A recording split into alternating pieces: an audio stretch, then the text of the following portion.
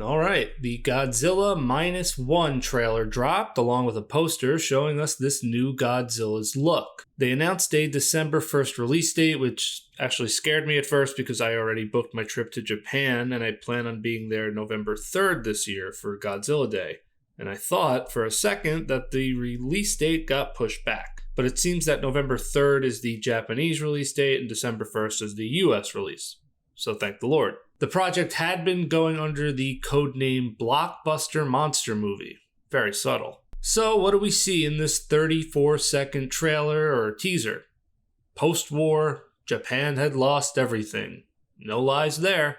We then get what I believe is the Wako Clock Tower, which we know is featured prominently in the 1954 film. We then see something we already knew, that Takashi Yamazaki will direct, and that he also wrote and oversaw the special effects as well. I think, not saying this is a fact, but this may be a first for a Japanese Godzilla feature film with one man overseeing all those aspects. Typically, there's a separate special effects director.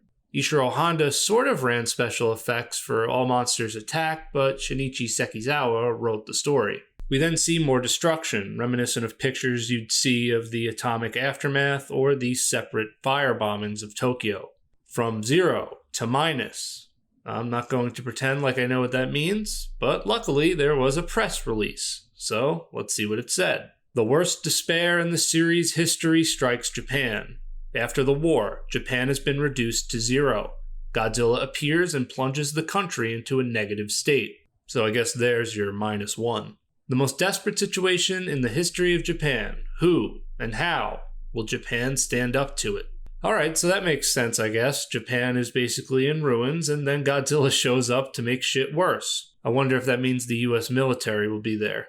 Get some Douglas MacArthur action going. Hell, maybe they can get Nicolas Cage to play Douglas MacArthur. I mean, we know he's a fan of the series, so why not? Then we get what looks to be Godzilla's tail causing mass destruction, about to wipe out a bunch of people too. A train car gets flung onto a track, we've seen that many times before. Then people running from Godzilla, and we get a glimpse of the feet. I can't believe I'm saying this, but I thought of the 1998 Godzilla when I saw this, unfortunately. Then you see this poor girl amongst the chaos.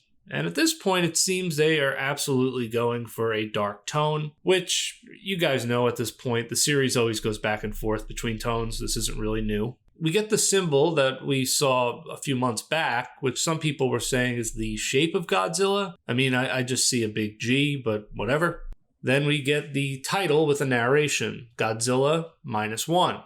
And the -1, I think, is using the same typeface as the Shin Godzilla poster. I don't think that's enough to say this is possibly a prequel to Shin. Also, I'm almost certain they said that this was not canon to Shin Godzilla already, but who knows. I'm sure I'm not the only person who noticed the similarity, though.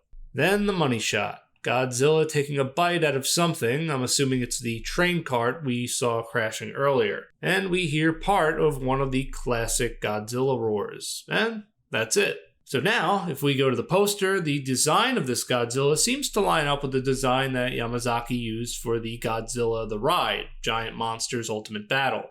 The 3D animated ride is 5 minutes long, and it's located in Saitama, Japan at Seibuyen Amusement Park. It basically puts you in the middle of a fight between Godzilla and King Ghidorah. The ride opened in May of 2021, and they have made some additions since then. Ultimately, I think this Godzilla looks like a mix of the Heisei and legendary Godzilla. The face is very Heisei, whereas the body, especially the arms, remind me of the legendary monster. I am really curious to see if this movie will be canonical to the 1954 one. I'm not sure if something like that would even work, though. Yamane and the others would obviously remember whatever happens in this movie, so the likelihood of this being a prequel seems small.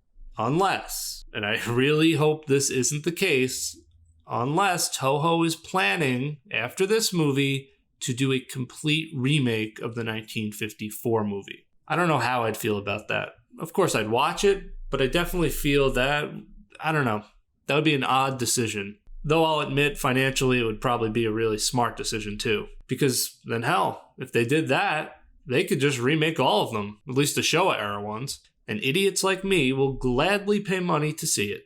So that's all I have to say about this for now. I will continue working on the 2014 Godzilla video, and hopefully I can get that completed sometime in the next decade. So everybody, take care, and God bless.